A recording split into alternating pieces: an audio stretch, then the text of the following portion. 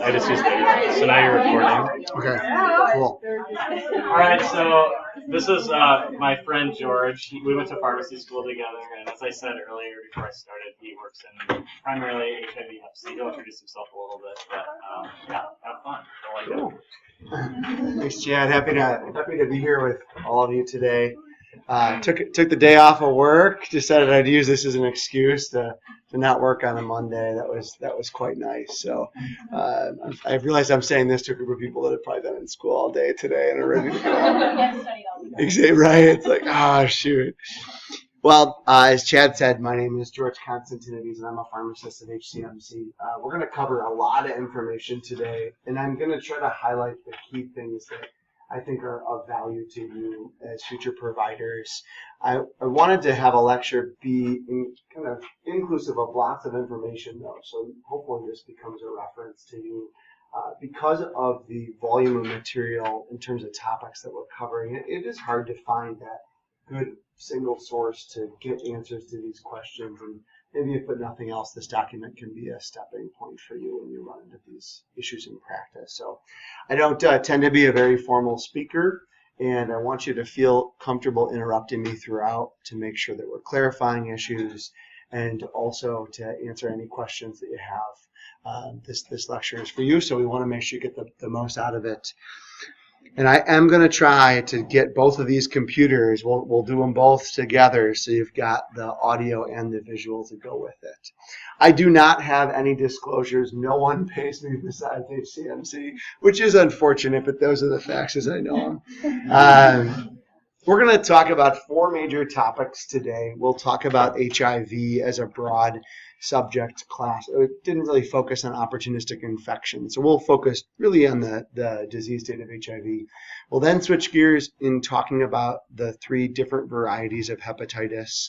We'll focus most of our energy on hepatitis C because this is the most kind of pertinent with regards to pharmacology and pharmacotherapy. We'll talk briefly about influenza, and then we'll talk about vaccines. And I'll say the same thing on that slide as I'm saying now. We should get vaccinated. That's actually the entire summary of the vaccine lecture, so we'll make that one brief. Just as background to myself, I grew up around the corner from here in Roseville, Minnesota, and I went to Cretin-Derham Hall for high school and St. John's University. Do we have any St. John's grads, St. Ben's grads in the audience? Oof, that's unfortunate. How many St. Thomas grads do we have? Okay, this was our rival. Look at this. We're net neutral here. I can work with this. Did anyone go to MIAC schools in here? Okay, there we go. That makes me feel better. Cool. I went to the College of Pharmacy. I graduated in Chad's class in 2011, and I completed a residency also at HCMC. And then I've since gone on to be board certified in pharmacotherapy as well as board certification by the American Academy of HIV Providers. So my last name's already really long, and when you add a bunch of initials after that, it just makes it seem ridiculous. So I guess I've just been George my whole life. So what do I do? Every pharmacist does something different, and I think that as you start your careers and throughout your careers, you're going to work with pharmacists. That is sure my hope. What I do is unique. I work in a primary care clinic at HCMC. Our clinic has got everything from collaborative practice, where we can prescribe medicines using a prescriber's name as the kind of authorizing provider, to starting a brand new patient who doesn't speak English and is uninsured on HIV meds. So in any given day, I might do everything from blood pressure to HIV, which is pretty cool. We also have hepatitis C care that's provided both within our HIV clinic as well as in a separate clinic at HCMC. So we've got that happening in 2 places, and I work in those entities. I also staff within our HIV specialty pharmacy. So this is your classic role of a pharmacist behind a counter. The role that I have is unique because our HIV specialty pharmacy works directly with our HIV clinic and also with our HIV pharmacists that staff in our hospital. So we have created a transitions of care model for patients living with HIV where the same 4 sets of eyes are seeing your chart if you're in the hospital, the clinic, or in the pharmacy setting, which is pretty cool. The last piece is that I'm the residency program director for our ambulatory care program at HCMC. Pretty cool opportunity, and I teach. So that's kind of me in a nutshell. And I always include this picture of Chad on his wedding day. I still cannot figure out. I got this hair that's like coming down there. It's just, I don't know. It was a windy day. I don't know. Anyways. All right, so let's hop into HIV treatment. HIV is a really broad topic. I'm going to talk about it for like 30 minutes. How do you talk about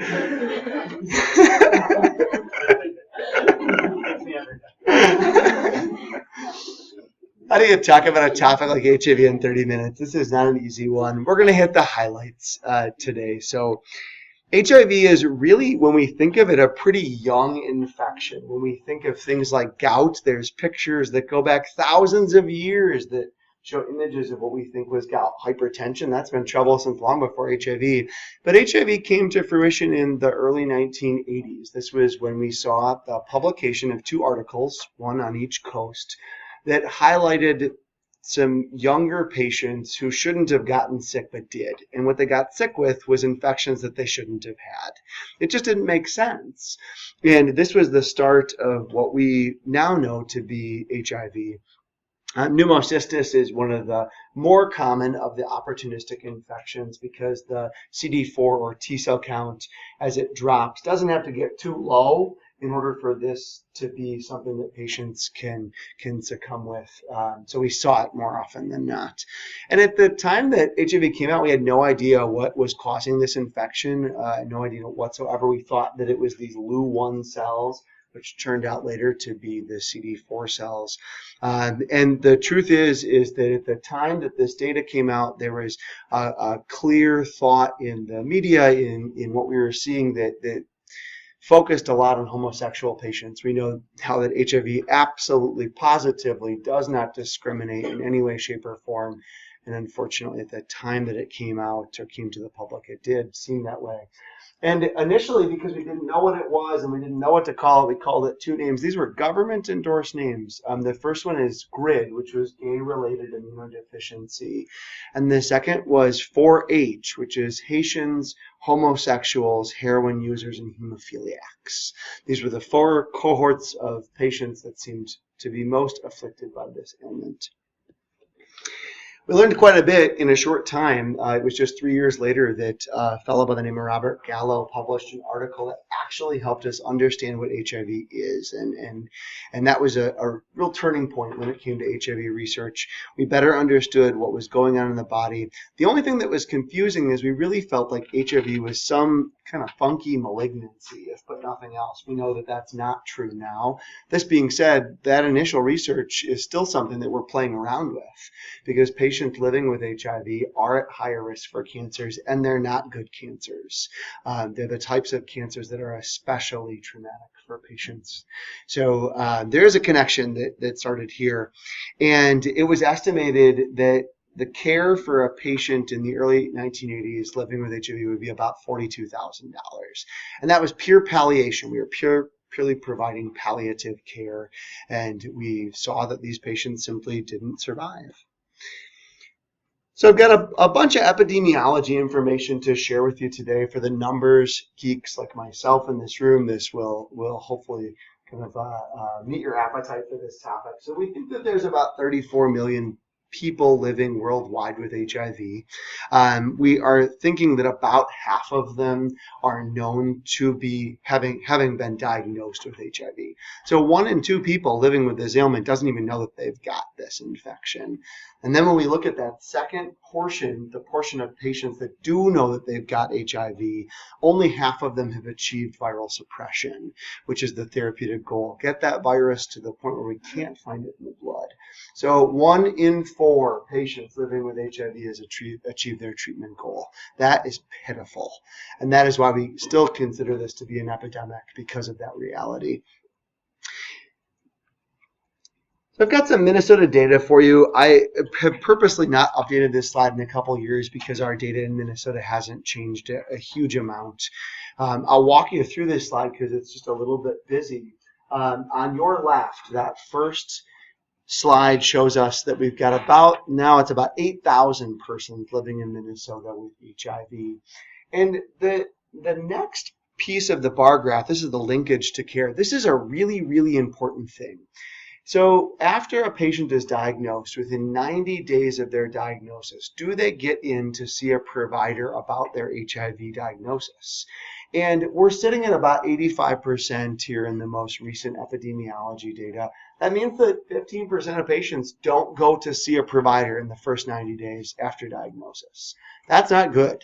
And so part of our job is to make sure, especially at the time of diagnosis, that we're doing a good job of getting patients into care. And I don't care if it's in an emergency department, in a primary care setting, or in a specialty clinic. It is our responsibility as healthcare providers to get these patients to come in and work with healthcare to help with this ailment. So this next piece is called retention and care. I call this walking through the door twice. These are patients that are coming back to see us more than once, both new and previous diagnoses. And we're at about 80%. So about 4 out of 5 patients living with HIV comes in for regular cares with their provider. That's a good thing. We want to keep that going on.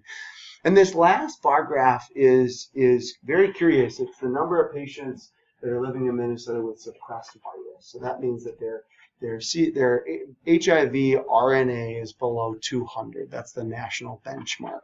That number can go from 201 to about 10 million, so the range is pretty big.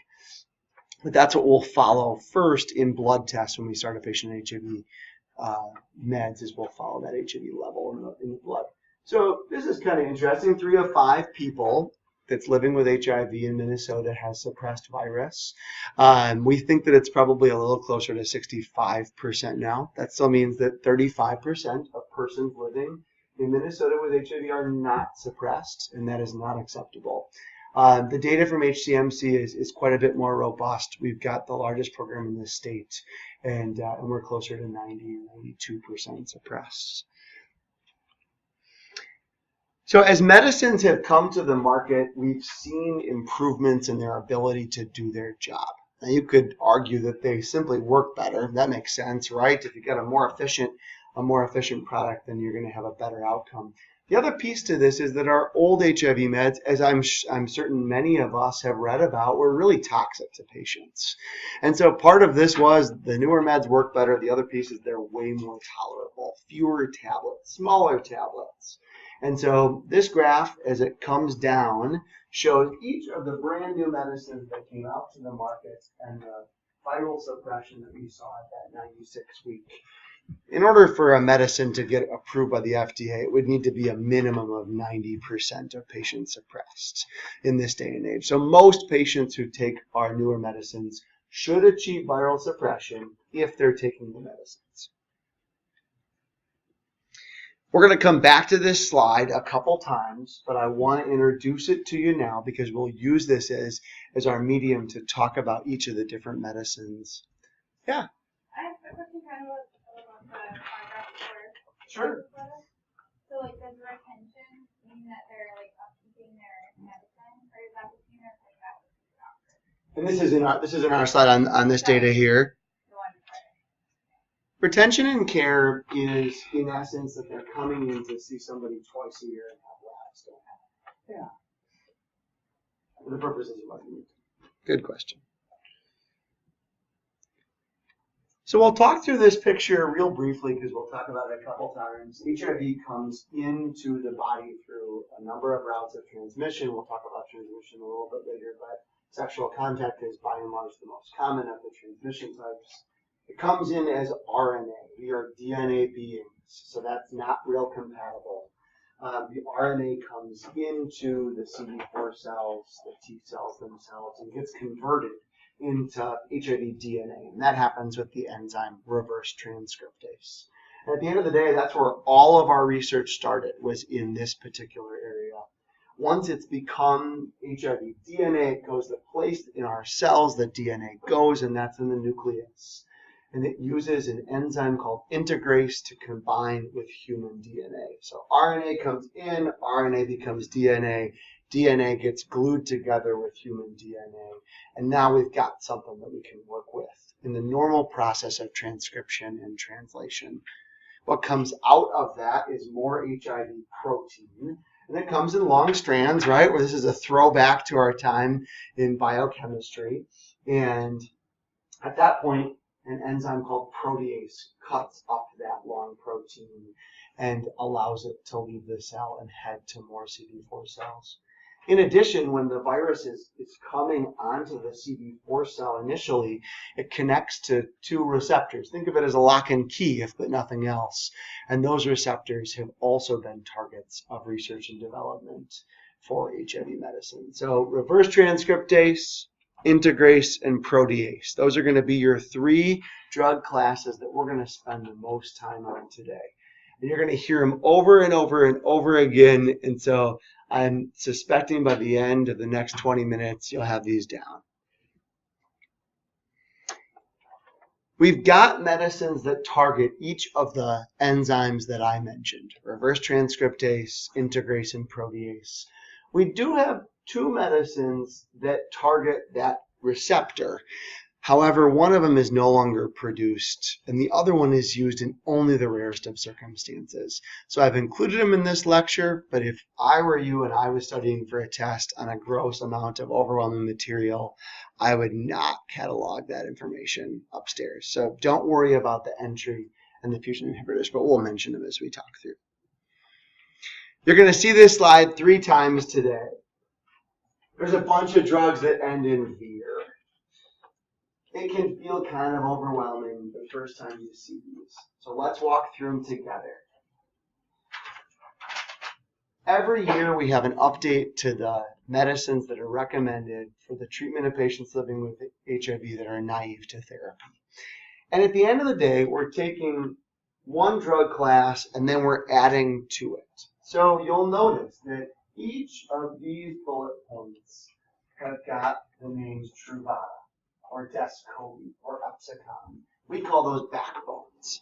And when you're looking at a patient's HIV regimen, I always recommend that you start with the backbone. Because 99% of the time, you're going to see one of those 2 backbones in their regimen. Well, we shoot for 3 active meds, and the backbone is 2 drugs. You're 2/3 of the way there, as long as you can recognize the backbone of each of the regimens.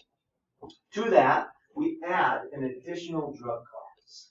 And what's been fortunate for us is in 2017, 1, 2, 3, 4 of the 5 were from the family integrase inhibitors. We talked about that enzyme integrase that combines human and HIV DNA. The last of the 5 was from the family protease inhibitors. That was the enzyme that cut up those long strands of new HIV RNA so that they could go and harm other cells. So they've made it a little easy for us because we really only have to focus on a small number of drugs. And we're going to break these all down, and I'm going to come back to this slide a couple times. If you're not overwhelmed yet, I'm not doing my job. No, I'm just kidding. We'll get you through this, I promise. It's a lot of meds at one time. Should I ask you to repeat which ones are you getting? We'll talk through them. Okay. Yeah. So we'll begin with medicines that affect reverse transcriptase. You'll notice that I've crossed some out. As far as I'm concerned, memorizing all of these names and some of the details about them is not a good use of your memory bank. Let's just hit the highlights, stuff you're going to see in practice. So we can put this, where the rubber meets the road, let's let this be it. These are drugs that look like A, T, G, and C. So as reverse transcriptase is going along, think of it as kind of like a zipper. It's going along, and it's trying to convert that RNA to DNA. It's grabbing A, T, G, and C and putting it in line, just like that process would normally do with DNA. But these drugs look like A, T, G, and C, and when the zipper gets to them, it stops the process. All 4 of the medicines that we'll talk about work the same way in this family. And although there's black box warnings for these medicines, they do not apply to the medicines that we use today. So I've only included that for completeness' sake. We used to talk about these odd toxicities called mitochondrial toxicities.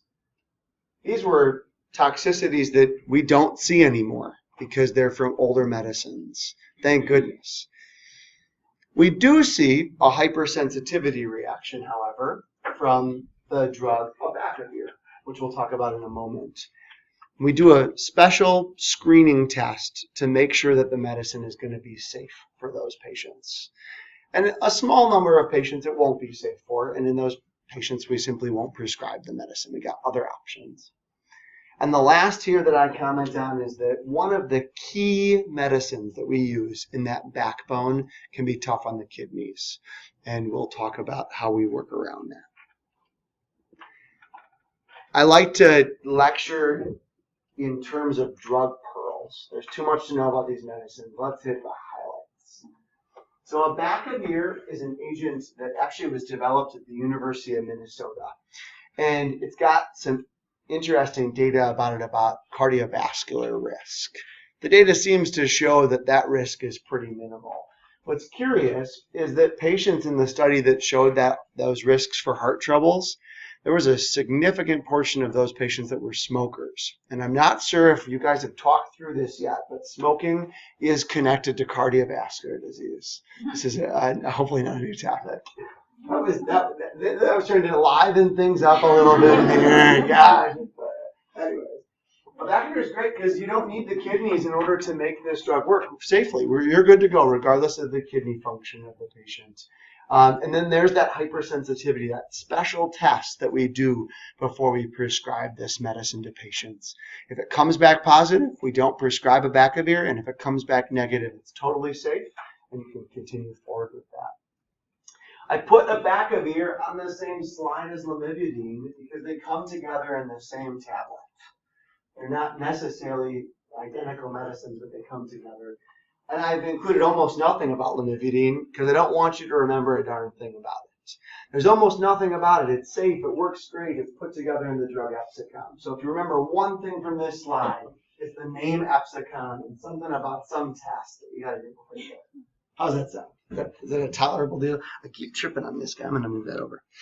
All right. So in the second of the medicines that are of the backbone, here's Truvada. Remember back to that slide I showed you with all those drug names. Epsicom and Truvada were on there. Truvada is also made of two medicines. One of those is called tenofovir. And tenofovir is the medicine that can be tough on the kidneys. We don't see that very often, and it tends to be in patients who are using lots of medicines like Advil, who already have predisposing reasons to have kidney trouble, patients with severe cardiovascular disease plus diabetes, something like that. But it's on our list. When a patient gets kidney trouble and they're on it, we want to make sure and make a note of that. And this is a medicine that can change bone mineral density as well. Emtricitabine is essentially the chemical opposite of lamivudine. I encourage you to remember nothing about lamivudine. So consequently, I also encourage you to remember nothing about emtricitabine. So at the end of the day, abacavir and tenofovir are the two big drugs from this entire class of medicines. I'm asking you to remember two medicines, essentially. Truvada is one of the #1 selling drugs worldwide for HIV. And just this year, just this past year, it was turned into a new version of itself where they took the chemical structure of tenofovir and they switched it up a little bit. So it was safer for kidneys and safer for bones. So that's a good thing. It's also a third the size of the Truvada tablet. So that's a pretty cool thing. Of course, the less glamorous side is it's just so weird that that second version came out the same year that the patent life was expiring on that first medicine. Made by the same company. It's just such coincidence. It's just weird. But we do use Truvada and Descovy interchangeably. And so we'll come back to it in a minute. You'll notice on that slide with all of those medicine names, I did Truvada/Descovy. Both are appropriate, both are acceptable medicines. We think of them as the same darn thing. It's just an updated version of one another. The last med, I don't want you to remember this. This is an older medicine, but I included it in here because one of the coolest studies to have ever been done is a study that is connected with zidovudine. This was the very first medicine that we had for HIV. It was actually a chemo drug, as it would turn out. And before we understood how to treat HIV, before we understood how to prevent HIV, one of the things that we were able to observe was that a pregnant mother living with HIV had a risk of transmitting to their child during birth. And in a study that's called ACTG, the AIDS Clinical Trial Group number 76, patients were randomized to no medical intervention or zidovudine. That was it. Placebo, essentially, was the one treatment for a pregnant patient living with HIV. We will never, ever, ever have a study that does that again. That would be unethical in every way, shape, or form. But this, I think, is a nice reminder to us of how desperate we were in science to protect these patients and protect these children. We would give a toxic drug versus placebo, not having any idea if it would help, but knowing that it was the only thing that we could do. So I've included a reference at the end if you want to read the study. It's really, really cool study, and it's a little bit humbling to understand where we've come with this disease. So that's what I got. So here we are, back at that same slide, right? I'm hopeful this is less intimidating than it was the first go around. So in bold are the drugs that are not the drugs that we just talked about. And you'll notice Truvada, Descovy, Epsicom, Truvada, Descovy, Truvada. You're seeing these names, they're starting to sink in a little bit. Now to make matters a little bit confusing is this one right here. We'll talk about it in a couple slides. This medicine doesn't have Truvada that's actually in the name, but it contains those same two medicines. So on this slide I cheated and I put it there for you. Same two drugs that are in Truvada or in Descovy are in these products. Is that a little bit less intimidating, this slide? Is this feeling a little bit better? Okay, get some head nods. No one's asleep. That's good. All right. So are you saying that the very first drug, Duranavir, it contains all of those things? Or are you saying it's that drug plus Truvada? In this top section here, this is one pill, this is another pill, and this is a third pill. In this second one, this is a 2-pill regimen. This is a single tablet regimen, this middle one. And then this one here comes as 2 pills or as a combo pill. It's just a really big combo pill. And then this bottom one comes as 2 separate physical tablets. So then what's the significance that those are just the backbone of the other things? Yeah, we're adding something to the backbone in an effort to try to achieve 3 active medicines. That's always our goal in HIV care. Yeah. And just to interrupt, I will give you brand names for the HIV drugs. And I have one exception where I don't follow the whole school. So We just speak because in they're very hard to brand. understand. Get mixed up. And to be honest, people use the brand names. Oh yeah. I mean, I work in an HIV clinic, and that's all we use is brand names. So. So I use the brand name. The brand names are in parentheses, or they're highlighted in bold and all caps, like Truvada and Descovy is a brand name. And the brand names are in parentheses, just like how I do them on my slides. The same presentation. If they end in Vir, they're a generic name. Yep. So we should learn. I'll give you both, so if you want to learn the generic, you're more than welcome to. But most people would find like I would just Truvada memorize them. easier to remember than 4 brand names. But I'll let you if you want to do that. I would really recommend just doing the brand names. We'll focus for just 2 minutes on this section. So we talked about drugs already that affect reverse transcriptase, right? It turns out that a second collection of medicines came out that instead of looking like A, T, G, and C, simply caused the reverse transcriptase enzyme to change shape. So instead of being one of those things that was grabbing and stopped the zipper from going, they simply took the zipper off the tracks. But we don't use these medicines very much anymore, so I didn't want to focus a lot on them, but we'll talk about the highlights. And we'll skip this slide because, as I've mentioned already, of how they work, and our black box warnings are in drugs that we simply don't see in practice very much anymore. All right, drug pearls. Remember, that's how I like to teach, is in drug pearls. The Virapine is a generic HIV medicine. If you ever practice in other countries, anywhere in Africa, you'll see the Virapine. But it's a very liver toxic drug, and so we have to be careful in whom we start that medicine. The drug efavirenz is a medicine that really kind of changed the landscape of HIV some years ago because the manufacturers did something crazy. They made just one pill. Efavirenz came as a brand name product called Atripla because there were 3 medicines in it. But one of the key things about it is this second bullet point, which is that it caused patients to have really, really vivid dreams. In fact, it was so bothersome that some patients stopped taking it altogether. And some patients came in almost feeling intoxicated when they took it. There was a sense of drunkenness that came from this, and not an ideal medicine in that sense. Atrovirine is another drug in this family.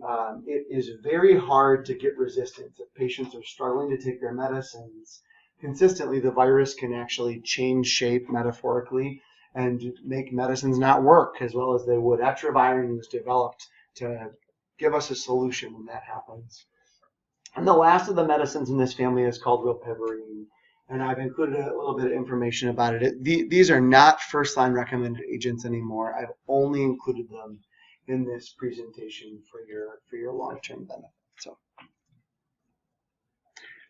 So let's talk about protease inhibitors. This was the workhorse drug class for many, many years. As I told you before, protease inhibitors work by cutting up that long strand of protein that comes out after transcription and translation. And you will notice as well, we got some lines through some meds here. This is good. If only it could be through all of them, right? It would be easy to memorize this stuff. We don't use a lot of the older drugs anymore because they were, 6 pills 2 times a day, horrible diarrhea, enough that you might not be able to hold down a job because of the diarrhea you were having. The medicines we have from this family today that we use in contemporary practice are very safe.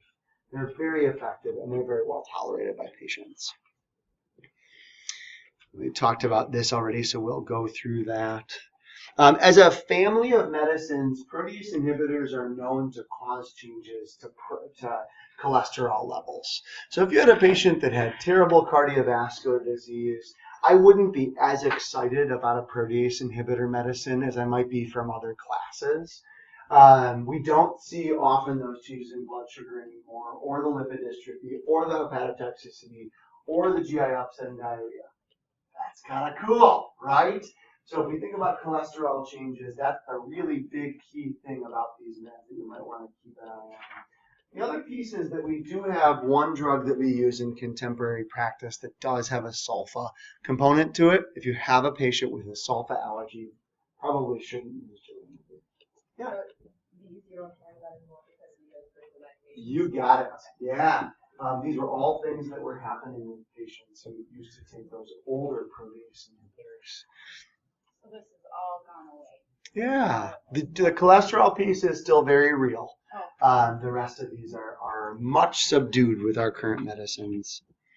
So drug pearls, again, this is the way to learn these things if you ask me.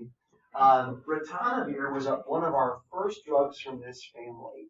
And we realized quickly that this was not an ideal HIV medicine. It didn't work very well, and it was a huge burden of pills for patients. It also caused horrible diarrhea. So we kind of abandoned ship on this.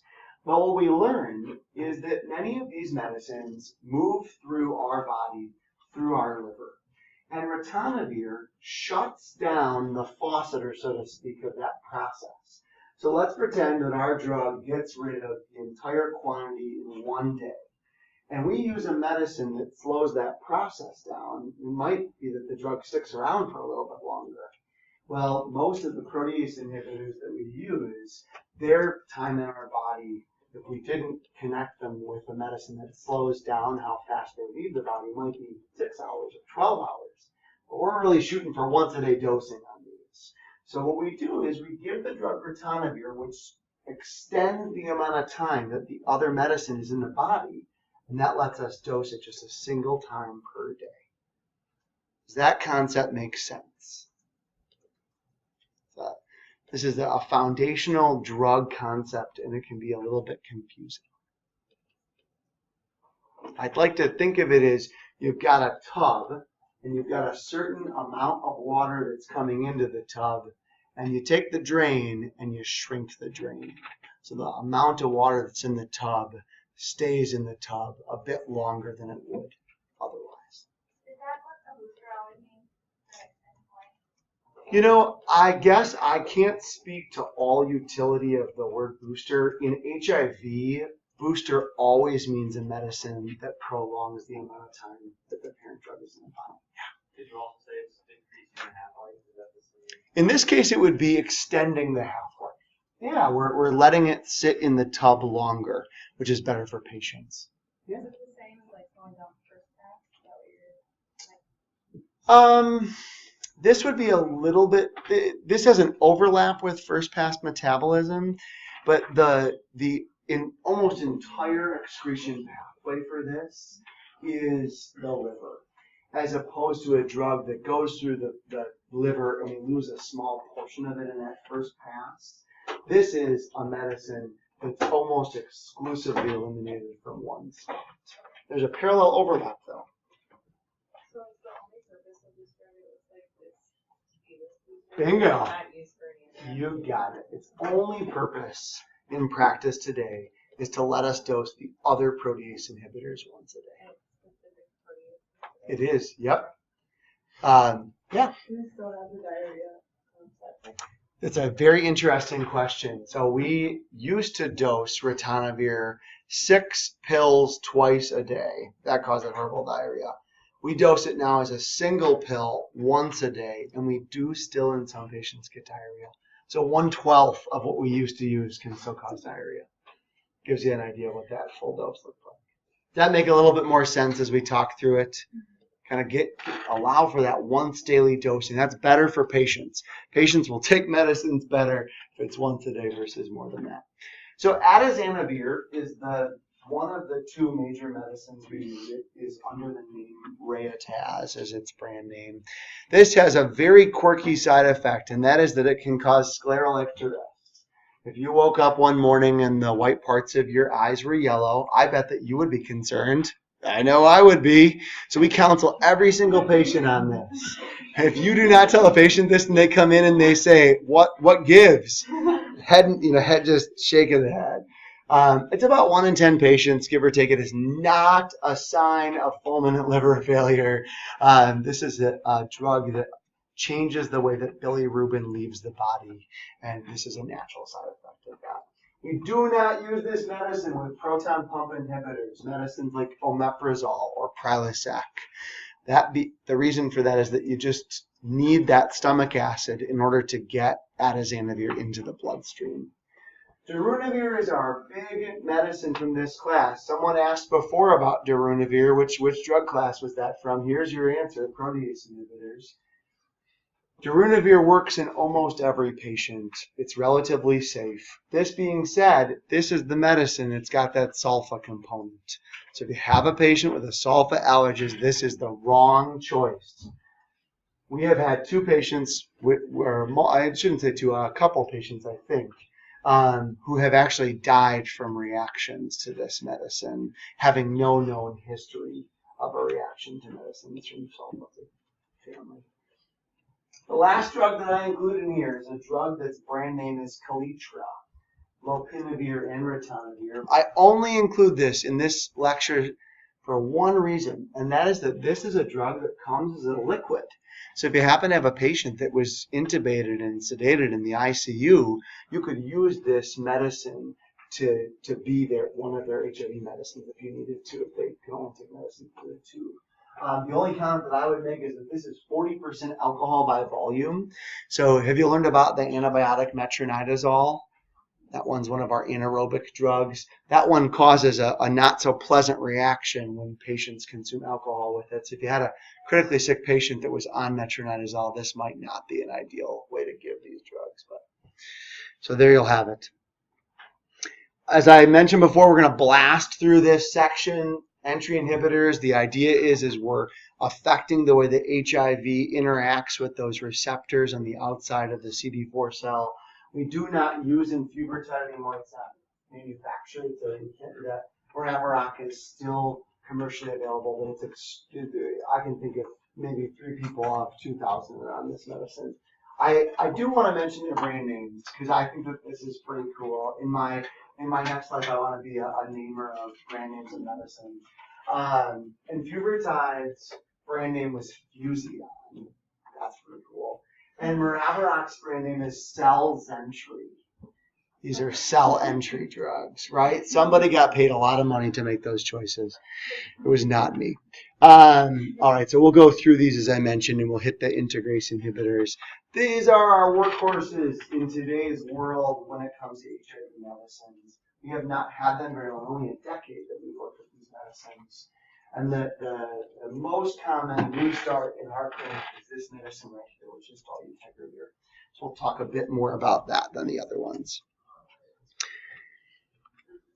Again, in a drug pearls fashion, dolutegravir was the first kid on the block, and is often the case with the first kid on the block. There are some faults. Dolutegravir was dosed 1 pill 2 times a day, not ideal. And it also had a low barrier to resistance. So by that I mean that if a patient was struggling to take that second dose of their 2, or maybe forgetting both doses some days, they could quickly develop resistance where the virus understood how to work around this medicine. That's not an ideal situation.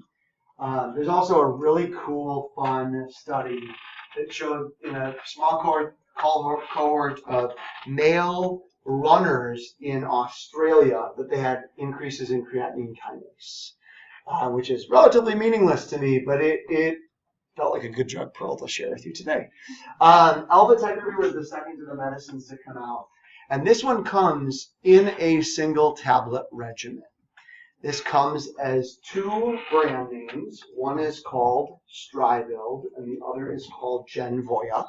Those medicine names were on our list of preferred therapies. The reason we have 2 is because the same drug company that makes Truvada and Descovy makes Stribild and Genvoya. So Stribild was made with Truvada, original recipe, and it was updated with Descovy when the patent expired. These guys are doing a good job with this. Alvategravir, though, in order to be once a day, requires a booster. And again, in an effort to make a little bit more money, the company that made this created their own booster. So we talked about ritonavir. That was our main booster. They created a new one, and we'll introduce it to you in a moment. And the last one is dolutegravir, or Tivicay.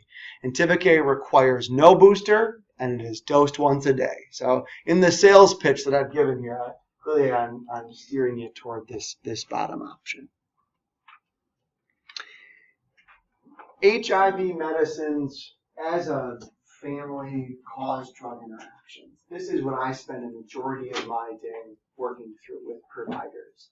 Hey, George, I want to start a patient who's on HIV medicine X, on cholesterol medicine Y. Are those 2 medicines safe together, or do I have to dose them differently because of the drug interactions? Our liver and our kidney are how drugs in general get out of our bodies. Many of the HIV medicines work through the liver, and many of the HIV medicines also work with a booster that shuts down some of the ways that we eliminate medicines. But those ways that get adjusted are not unique to HIV drugs, but we see a longer half-life. They affect lots of medicines. So about 1 in 3 pills that you're going to prescribe to a patient is going to go through the liver and use a myriad of enzymes that drugs that I work with each day can adjust. It can make the size of, thinking about our tub analogy, at the bottom of this tub, that we can see a massive increase as in terms of drugs leaving quickly. You can see that shrink as well. So we'll talk through this in a couple of examples to give you some numbers that you can work through. But the reason I include this is that ritonavir, that's our original recipe booster, and cobicistat, that's our new booster. You can see, look at all of the different enzymes of our liver that they affect. When you see these medicines, it should instantly prompt you to think, are the other medicines that this patient takes safe with their current HIV therapies? Here we are back at that same darn slide, right? I hope that this makes more sense than it did when we started our time together about a half an hour ago. Again, we're picking a medicine that's not a backbone. Those are the medicines that are in bold, and we're pairing it with a backbone backbones are 2 medicines. Yeah. So when you're talking about the boosters, the retinol, the Yeah, ritonavir, you got it. Yeah, that's only for, you can only do that with the protease inhibitor, and then this new one you're talking about, you can only do that with the integrase. For the purposes of arguments, what you've said is true. In an effort to create new products, the companies that marketed darunavir and atazanavir also combined them with cholecystats into single tablet regimens. I did not focus on that today. Those do exist. We do not use ritonavir with alvategravir. We can use cholecystat with other medicine classes. Mm-hmm. So let's spend a couple minutes talking about drug interactions. You don't know what you don't know. That's what I always say about drug interactions. And I just encourage you to always remember that medicines don't always play nice with other medicines. And no matter how much we don't want to confront this reality, as providers, it is your responsibility to think through this. You are, of course, welcome to call a pharmacist if you'd like help. But the reality is that some of you may be practicing in places where you don't have good access to a pharmacist. And so I encourage every single one of you to have a strategy that you develop about how you think about a patient's medicine list and how you work through those medicines. And it will come with time. This is not something that shows up overnight. So don't feel frustrated if you feel like you're missing things here and there. You'll get it as you practice. So we'll talk about drug interactions. So let's say a patient was on trazodone, that's a sleep medicine, and ritonavir, that was one of our boosters. And if you look at the medicine database lexicon, it says that medicines that inhibit this enzyme, that's one of those key liver enzymes, can slow down the metabolism of medicines that use that enzyme to get out of the body. This makes sense, right? We talked about this concept at the top before.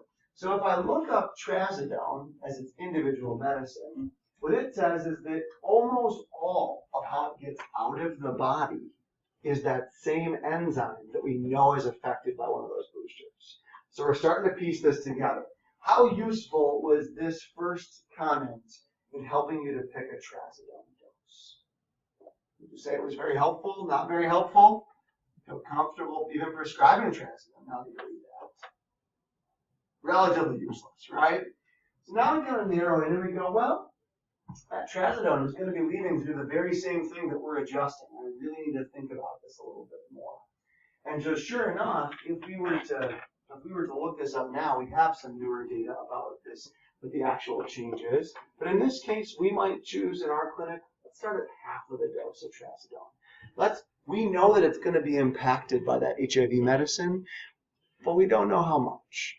So you're talking to a patient, you say, listen, we're going to prescribe trazodone for your insomnia issues. I want you to know that your HIV medicine makes you have more impact from the dose we're going to prescribe than what's on the bottle label. There's a chance it might make you really tired. And if that happens, I want you to call our clinic. We'll adjust the dose for you. If you find that it's not doing the trick and you need more, I still want you to call the clinic so we can get the dose right. That's the approach that we have when we are confronted with one of these types of situations. The other piece that I always encourage is that if you've got a patient who's on a boosted regimen and you take away that booster, all of the impact that that booster used to have is gone. So maybe this patient needed 50 milligrams, relatively low dose of trazodone to sleep because their ritonavir made it feel like 100 milligrams. But you just took them off of their booster. Now it feels like 50 milligrams.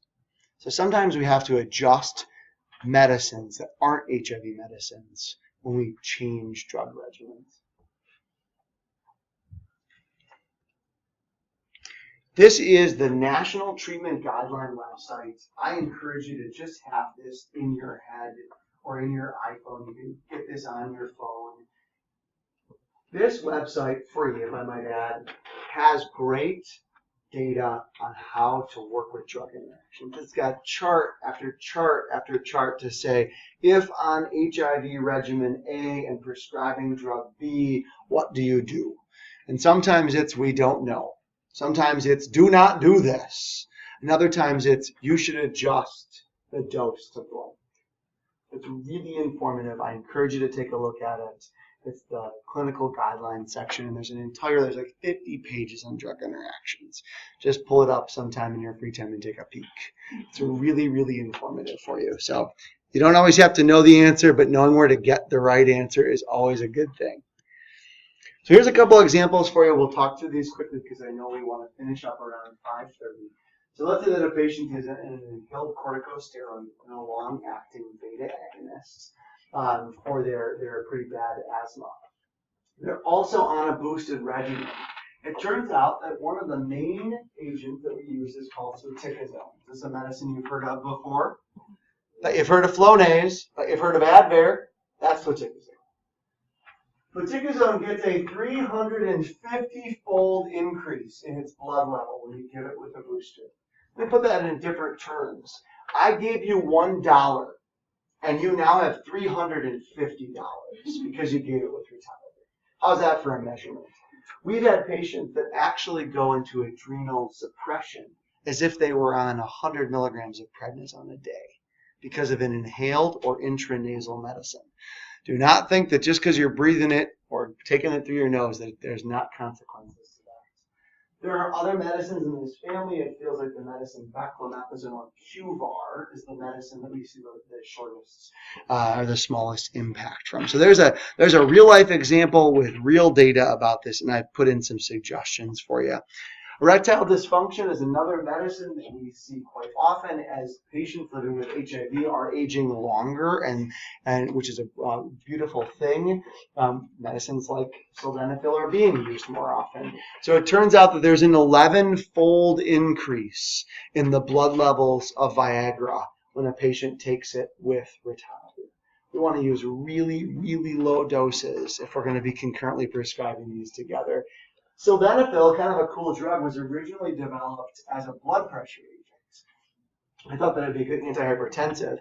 And the thing of it is that they didn't get a lot of returns of the extra medicines from the people that were in the study. And so they said, why are you not returning these medicines to us? And that's when they learned about its benefits for erectile dysfunction. So this is what we recommend. This comes straight from the guidelines about how to dose this. But you get that 11-fold increase is quite a bit. Some patients do get hypotensive actually from this drug interaction. We'll briefly talk about transmission, and then we'll probably change topics here after that. When we think of HIV, we think of sex, right? That's the connection when we think of transmission. And this is an appropriate association that we have for this ailment. We know that the actual transmission risk is pretty low when it comes to individual sexual encounters, somewhere between 0.01 and 3% per sexual encounter. And this would range from everything from anal receptive sex to oral sex. Everything in that has potential risk, with receptive anal sex being the highest risk. Condoms reduce that risk by 20-fold. So no matter what we do, that is an intervention that we need to be talking to patients about, is the use of barrier method protection. This is real life. This is something that oftentimes clinics provide for free if the financial component is a barrier. The other piece to this, and there's a lot of really cool data about this right now, is that when a patient who is living with HIV takes their HIV medicines correctly, that their risk of transmitting HIV to somebody else is drastically lower. So if we combine a patient living with HIV on HIV meds with a barrier method protection, we've got a recipe for an extremely low transmission risk. We think of needles as another transmission risk area, about 2/3% per injection for IV drug users. That's kind of what we've got there. The blood supply really isn't an issue anymore. This is statistics, epidemiology data that we have, but it doesn't really affect us in the U.S. And then this last one is an occupational risk. This is a very real thing, and it's somewhere between 0.1 and 0.3%. If the patient is acutely viremic with HIV, the virus level is really high, they're not on HIV meds, there's direct blood that goes from one person to the other, the odds go up of the risk of transmission. But at the end of the day, this is the transmission risk that we would associate with any particular exposure. And then this last piece is really the kind of one of the hallmarks of HIV care, the perinatal risk. No intervention whatsoever, the risk to the baby is 25% transmission risk. When we think of patients who are on HIV medicines and their virus level is really low, those patients have a very, very low risk of transmission. We birth at HCMC about 30 to 50 babies per year to HIV positive moms, and it is exceedingly rare to have a transmission. Where we have transmissions is when women present late in pregnancy, not knowing they're HIV positive and not being on HIV medicine. So. The other area that we use HIV drugs is in pre-exposure prophylaxis, or PrEP is what we call this. This is in patients that are at very high risk of transmission of HIV. For men having sex with men, this is a cohort of patients that's at high risk for transmission. So this is a group of patients that we are targeting to work with to reduce transmission for both heterosexual men and women who are at high risk. I've got a slide on the next slide that shows some of those risks. IV drug users. And then the other piece that we think about is for patients who do have one positive partner and one negative partner and do want to conceive. Obviously, the barrier method can't be their way to prevent HIV, so we work with them potentially to do pre-exposure prophylaxis. Descovy, remember that the Truvada Me Too drug, or so to speak, is not approved for pre-exposure prophylaxis, so we don't use PrEP for this purpose at this time. Truvada is the agent that we use. And here's a list of high-risk cohorts that we think of. The last piece would be that non-occupational post-exposure prophylaxis. We want to get this started within 3 days. So this is for patients, sexual assault is where we would see this most often, but it could also be IV drugs. And we want to do a bunch of things. And the first thing is to better understand what the patient knows about the person who potentially could have transmitted HIV to them. So if we know that that person is HIV negative, that changes our plan. We almost never know that. And in that circumstance, we're going to treat for post-exposure prophylaxis. These medicines have very, very low risk, and the potential gain is huge. So when in doubt, we tend to do post-exposure prophylaxis. There is a paucity of data when it comes to 2 active medicines versus 3 active medicines. Remember, in HIV treatment, we're shooting for 3 active drugs, but most of the data for prevention before and after exposure is for 2 drugs. The guidelines are kind of iffy on this. Maybe 2 drugs. Maybe 3 drugs. I think the best comment that I ever heard was from one of our providers that says, if this is one of my loved ones, you're doing 3 active agents. It's that simple. If there is an inconclusive balance of data between 2 or 3 drugs, we're doing 3 drugs and we're calling it good. So in general, that's the approach that we have, is 3 active agents. All right, we're going to switch over to other viruses. We have about 20 minutes. Who is grossly overwhelmed? Who feels a little bit better than they did with that first time? What kind of questions do you have about HIV? Besides everything, that's not a question. One of the things that I think is really helpful, what is it? Is there a marker around here? We marker list? Oh, there we go. Sweet. Cool. Yeah, I've been doing it like that, don't worry. All right, so what are the 2 backbones? What are the backbones we're thinking of? Truvada, I heard one of them. What's its Me Too drug called? Descovy, you got it. What's the other backbone we use? Has a Z in it. Epsicom, you got it.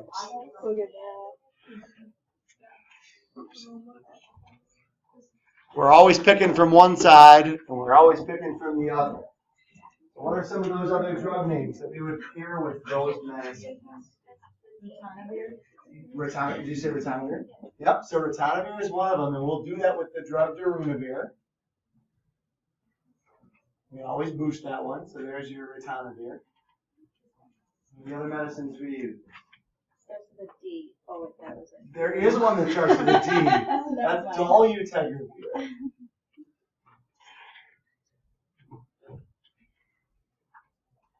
What are the other two veers that we have? Starts with an R. Valtegravir, you got it. And alvategravir, you got it. So if you are approaching HIV medicines as something from that side and something from this side, you're going to get it right every time. How's it sound? A little more visual. What's the brand name that this one comes with? What's that fancy brand name? Oh, Yeah, Genvoy is one of them. What's the other one? Stribil. You got it. And let me tell you, these names are tough to remember, but these folks that I guess I forgot what we're in there. Stribil. You want to hear something just terrible? So Stribil has two kind of things about it. STR, Stribil, single tablet regimen. That's where the part of that name came from. And they were striving to build a one-tablet regimen.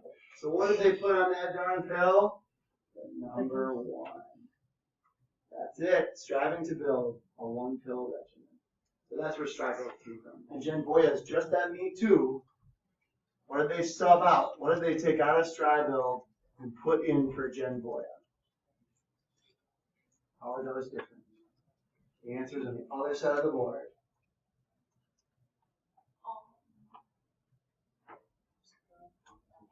Not Epsicom, but the other pair.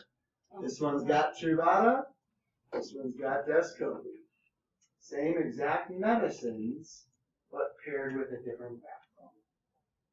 So we're saying that you can find one of those or that combination with one of these.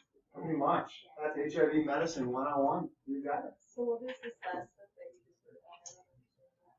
Alvategravir doesn't, well, it does technically come commercially available as its own pill, but it's the way that it's marketed for the purposes of arguments is as a single tablet regimen.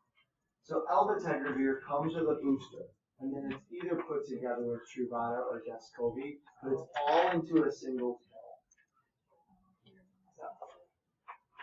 pill. Yeah. So if you say you put everyone in with one of those, Yeah. but we have 5 listed, that does not add up. You are right about that. And that is because we can combine Tivicay with Epsicom or Descovy. Your math is impeccable. You're right. The guideline writer said, listen, dolutegravir is so darn good of a medicine, we don't really care what you put it together with. Whereas the guideline writers kind of said, well, we'll do raltegravir with Truvada. That seems appropriate. We'll do this darunavir with Truvada, and the alvategravir comes with Truvada. But the way that the research was done on dolutegravir, you could use the other backbone and have it be totally equivalent to using Truvada. That make that more clear? So for the raltegravir, you wouldn't use Epsicom. You could, but the guideline writers recommend Truvada. So the way it's on the slide here is the way it's prescribed. Yeah. And would you be wrong to put raltegravir with Epsicom? Absolutely not. And the guideline writers felt that it was better to use Truvada. I suspect that Chad will not give that semantics before you on a test question. The slide is your gold standard. Yeah. This is 8 out of 10 question. Yeah. Is that okay? Cool. All right, we're going to blow through a bunch of other viral infections in 12 minutes. We're going to make this worth our while, though. Don't you worry. All right, herpes simplex. This is kind of an interesting virus. It is everywhere. Many patients are harboring this virus. It likes the nerves. That's where herpes lives. It lives in the nerves. It can sleep and it can wake up. Those are its 3 characteristics. I found this statistic. I don't know where I find some of these stats. The internet is an interesting thing. Up to 95% of sex industry workers are culture positive for HSV as compared to 3% of nuns. I don't know how they figured this data out, but that's what I got for you in this lecture today. We think of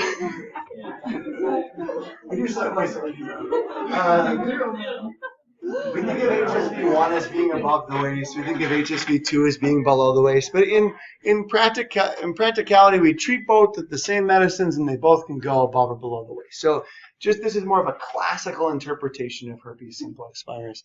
There are other varieties of herpes simplex. We aren't going to talk about them today. You will absolutely see them in your careers. And 7 is the one that is most relevant to my world, which is a type of tumor called Kaposi sarcoma, which we fortunately don't see much anymore in HIV positive patients, but it used to happen when their immune systems were essentially gone. At the end of the day, we use a bunch of different drugs, or can use a bunch of different drugs for herpes simplex. When the rubber meets the road, it's valacyclovir and acyclovir. That's it. That's the 2 drug names that you got to keep in your head. These other ones are options for you, but 99% of the time you're going to be using valacyclovir or acyclovir. Acyclovir as a medicine is pretty good against our most common types of HSV. It's not so good against our more rare forms. The only thing I want you to remember, 2 things about acyclovir. The first is it comes as an IV medicine. So if we needed to give this to a patient who had disseminated HSV or had HSV meningitis, we could give IV acyclovir. That's a pretty cool thing. The other thing to remember about acyclovir is it has a super short half-life. So if we're dosing it for treatment of HSV, you're looking at 5 times per day. How do you think your patient is going to do with that? Poor is the answer. You couldn't convince me to take a medicine 5 times a day if you paid me. And 5 times is a lot of doses per day. So that's why we don't use this as an oral form very much anymore. The reason for that is that we created a Me Too drug by adding an amino acid chain to give it a longer life in the body. That's a kind of theme that you've heard throughout this lecture, though. We want more convenient dosing for patients. And what this allows us to do is between once and 3 times daily dosing. But for the purposes of argument, it's either once or twice a day. That's pretty good, right? That's better than 5 times a day. And it seems to be equivocal, if not better. But probably it's better because the patients take it, as opposed to the 5 times a day acyclovir, which patients just aren't going to take. This one does not come as an IV medicine. I'm going to skip this slide because we have almost no time left. We're going to talk about hepatitis in approximately 4 minutes. Not a big deal at all of the disease. No, I'm just kidding. It's a cool topic, and we just don't have as much time today to talk about it.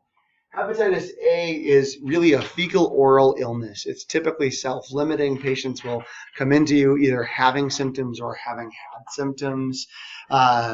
Just the idea of fecal oral disease is a little bit gross. Can we reflect on that for a minute? But either way,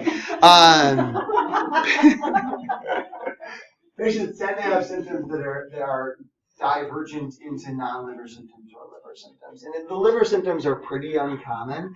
It's pretty uncommon to have fulminant liver disease from hepatitis A, but these non-liver ones are the ones you want to pay attention to in patients that you're seeing, especially in primary care. Patients can have symptoms for a couple months, and we all have been in this circumstance where we've had a symptom, whatever it might have been, and we just drag on how long it is before we go see a provider, right? It's going to be better next week. And then the week comes, I think it's a little bit better. So some of these symptoms are going to be things that patients reflect and like, honestly, I've had this problem for like 2 months. Meanwhile, we're all thinking when we put our provider hat on, how come you didn't come in sooner? We put our patient hat on, we're like, oh, I'm there. I totally get why you didn't come in. So we do have a vaccine for this. Wash your hands. There you'll have it. Tincture of thyme is the best medicine we have to offer.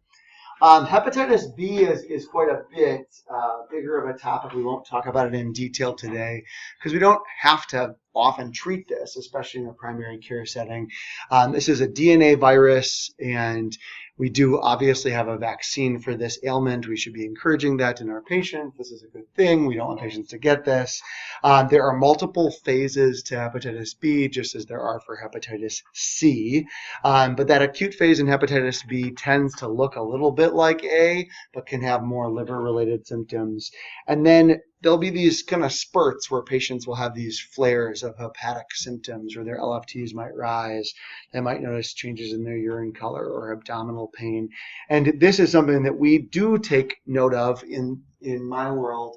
And the reason for that is one of the immunoactive phases is chemotherapy.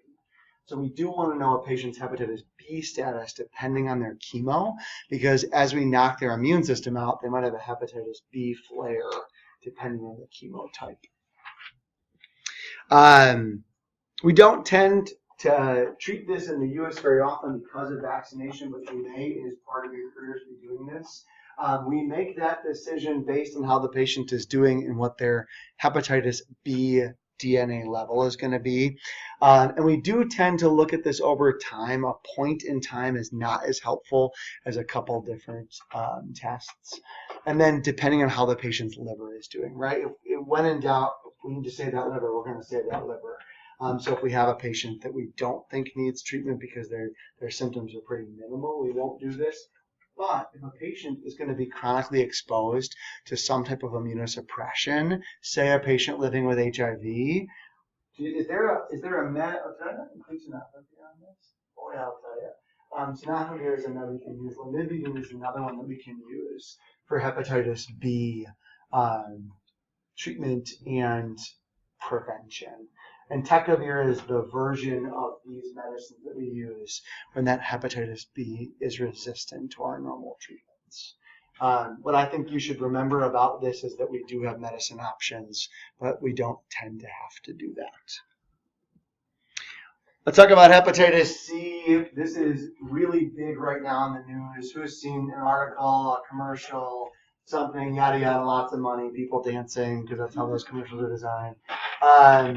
At the end of the day, this is one of the coolest research, drug, and development things that we have seen in our lifetime. We did not have a cure for this ailment before these newer medicines came out, and now we do, a cure for hepatitis C. The catch to it is that it's about $100,000 per patient for treatment. And we do not know in whom patients living with chronic hepatitis C will go on to develop liver disease or in whom will go on to develop liver cancer. So we're using $100,000 treatment to hopefully prevent cancers. There's some data that says that the risk-benefit might actually be in favor of not treating patients who aren't sick. But that feels pretty unethical, if you ask me. So we tend to treat everybody. Most patients will convert after exposure from acute to chronic. 85% or so of patients will do that. Most patients won't tell you that they had any symptoms during that acute phase.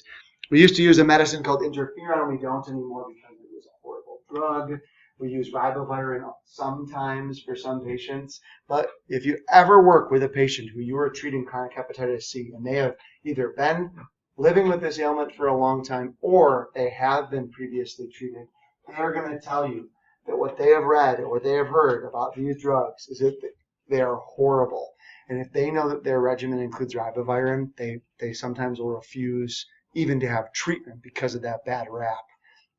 Almost all of the bad rap came from that drug interferon. Fever-like symptoms for a year, flu-like symptoms, myalgias, depression, horrible itching. Almost all of that was interferon. So ribavirin is sometimes used, but it's very, very safe when it's all said and done. This next slide could not be busier, and I am so sorry for that. There are great hepatitis C treatment guidelines if you ever want to Google them. They're updated almost the day that we have approval from the FDA for a new medicine. And just in the past month, we did have 2 medicines that were approved, these bottom ones.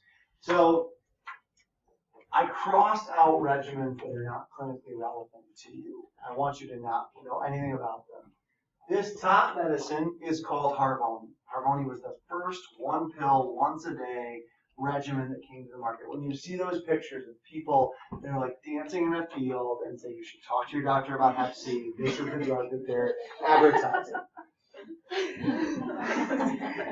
This is true, right? And then a scroll of potential horrible things that can happen to you, right? So Harvoni was the first kid on the block. Its updated version was Epclusa. You'll notice that there's a similar medicine in both of them. Harvoni only works for a couple of the different types of hepatitis C. There's 6 different types. Epclusa was designed to work for both, or for all 6 of those types. So Gilead, the company that made this drug, made Harvoni and then made Epclusa work for all 6. The other 2 regimens that we use most often are down here. Vosevi, this is kind of cool for patients who fail these newer drugs. Vosevi was designed for those patients. So these drugs are 95 to 97% successful. 12 weeks, 1 pill once a day, with or without food for most patients. Pretty cool. That small group of patients that's not successful, that's what Vosevi was designed to do. Incidentally, Harvoni, Epclusa, and Vosevi were all designed by the same drug company. The same company that owns Truvada, Descovy, Stribild, Genvoya. So Gilead Sciences is kind of like the cat's meow, or so to speak, of antiviral medicines. They own pretty much the entire market. So that's the story with those. Influenza treatment, we're going to spend 1 minute on this topic. Influenza is not ideal. It tends to affect the young and the old. For patients that are young and old, those at highest risk, those are patients that tend to have the most severe versions of this illness. This is something that we have to change off. Oh, you know what? I went too far on this one. Sorry. There's an enormous cost to this illness that we see in this country and worldwide, for that matter. We do see 2 types of changes. You'll notice that the annual flu vaccine is a little bit different each year, and that's because of antigenic drift. Think of it as a piece of sand that's kind of drifting on the beach. And that's because we see changes in the type of influenza that affects the U.S. each year. Antigenic shift is when we literally are moving beaches, to use my analogy of the grain of sand moving on the beach. And when this happens, this is when bad things happen. So we hear of those weird strains where we don't have any good protection, and those patients tend to do very poorly, which is unfortunate. I'm going to skip over this one here. In influenza prevention, vaccination is really important. I would be lying to you if I told you that every year we get those strains correct. Some years the prevention benefit from an influenza vaccine is massive, huge. Other years it's very, very poor. And one of the things that I hear so often is, well, what if this is the year that it's bad? Why am I going to waste, there's side effects to these. What if this is the year that it's good? I think vaccines are intended for good. I know that there's some sometimes negative components to it, but at the end of the day, it is really important that we be helping our patients to get vaccinated for the flu. There is an egg-free product as well, so if patients that have a severe egg allergy, we got an option for you there. There are medicines that we use for patients who actually have the flu. Tamiflu is the most common of those agents. They may or may not work, but patients may come to you asking for something, and we're human beings and we want to do something, so this is what we do. At most, you will get a 1-day reduction in symptom duration. So this is not something that necessarily we kind of put all of our cards on. But if you've got a patient who, especially if, hey, listen, my daughter just got diagnosed with the flu, I haven't felt sick yet, Tamiflu might be a really good option for that mom or dad in that circumstance. The last piece is going to be HPV. We have a vaccine for this, human papillomavirus. And I guess at the end of the day, encouraging vaccinations with Gardasil is really worth our while when it comes to reducing the risk of cervical cancer. So I've included that therein for you. And my comment on vaccines couldn't be more reflective of what I've told you over and over and over again, which is vaccination is important. One thing I will point out to you is that we do have to be careful with live vaccines. In the right patients, this can cause illness that we want to not have happen. And there's a great website, which I've included for you up here, that gives you an exact description of what vaccines and in whom we should be vaccinating and in whom we shouldn't be vaccinating. So I don't necessarily think you need to memorize that by any means, but you should at least go look at it so that you know what it looks like and you know that it exists, because it's really informative. I am 2 minutes over, so I'm calling it a day. I'm sorry that last bit was extremely fast. I do this every year. I got to cut some slides. Anyone have any last minute questions?